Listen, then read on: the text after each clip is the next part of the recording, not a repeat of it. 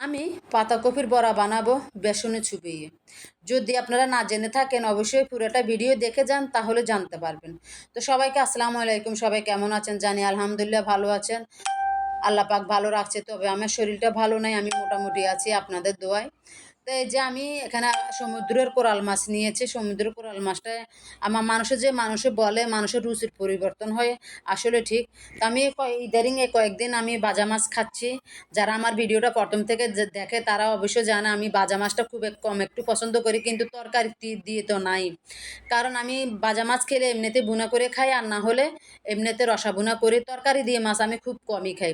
তো ইদারিং দেখতেছে সমুদ্রের মাছটা আপনার খুব মজা লাগতেছে।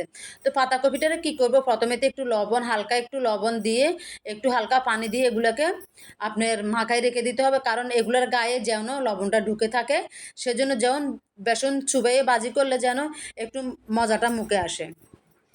তো এখানে আমি এই যে এখানে মাছটা কি দিয়ে রান্না করতেছি, কারণ আমার সবজিগুলো নষ্ট হয়ে যাচ্ছে, ওই জন্য একটু একটু করে ছিল সব এখানে দিয়ে দিচ্ছি। এখন যোগ্যমূল্যের যে দাম, কোনো জিনিস ফালানো যায় না। তো সে কারণে একটু একটু যা ছিল সব এখানে দিয়ে দিলাম। দিয়ে কিন্তু কোরাল মাছটা ভাজি করে এখানে রান্না করে এই তরকারির সাথে দিয়ে দিলাম। মাসাল্লাহ তরকারির কালার গুঁড়া অনেক সুন্দর হয়।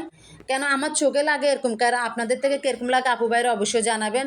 আমি নিজের বলবেন যে আপু আপনার নিজেরটা নিজে প্রশংসা করতেছেন, ঠিক তা না বোন। যে আমার আমার চোখে যেটা সত্যি, যেটা যেটা দেখতেছি সেটাই আমি একমাত্র বলতেছি, এছাড়া বেশি কিছু না।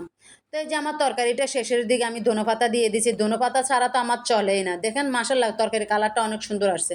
তো এই যে আমি এখন বেসনটা এখানে চুবিয়ে পাতাকপিটা নিয়েছি, বেসন চুবিয়ে ভাজি করব। তো আপনারা কারা খেয়েছেন অবশ্যই জানাবেন।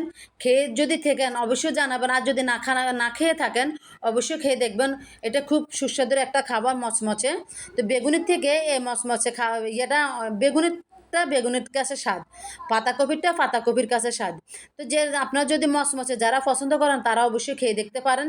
সস দিয়েও খেতে পারেন, শসা দিয়েও খেতে পারেন, যে যেরকম খেতে পারেন চান সেরকমই খেতে পারেন, কিন্তু বাদ দিয়েও আরও মজা লাগে, কারণ এটা অনেক মচমচে হয়।